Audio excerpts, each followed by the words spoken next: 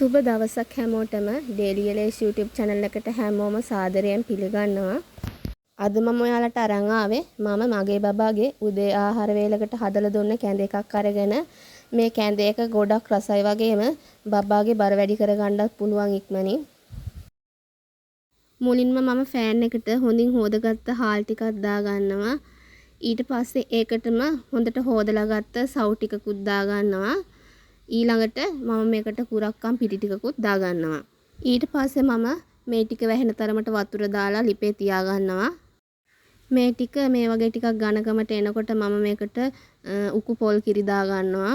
උකු පොල් කිරි කෝප්ප එකමාරක් විතර දා ගන්නවා.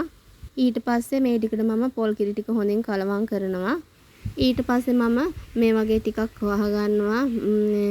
හාල් ටික තැම්බෙන්න මේ වගේ කිරි ටික හොඳින් පැහිගෙන එනකොට මම මේකට හාල් පිටි සීරියල් ටිකකුයි කඩල පිටි ටිකකුයි එකතු කරනවා. ඒ ටිකත් හොඳින් මේකට මිශ්‍ර කරගන්නවා. කැඩ නැති වෙන්න හොඳට මිශ්‍ර කරනවා. බත් ඇටත් මේ වගේ හොඳට ඉදිලා තියෙනකොට තමයි මම මේක ලිපෙන් බාගන්නේ. කිරි ටිකත් හොඳට පැහිලා තියෙන්නේ. ඒ නිසා මම මේක ලිපෙන් බාගන්නවා.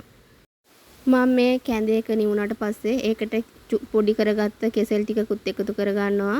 ඔයාලා ළඟ තියෙනවා නම් රටීන්දි මුඩ්‍රන්ස් පලං ඒ වගේ දේවලුත් එකතු කරගෙන මේක තව රස කරගන්න පුළුවන්.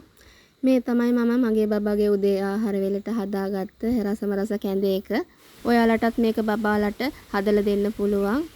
එහෙනම් මේ වගේ තවත් වීඩියෝ එකකින් හමු වෙමු. ගිහින් එන්න සුබ දවසක් හැමෝටම.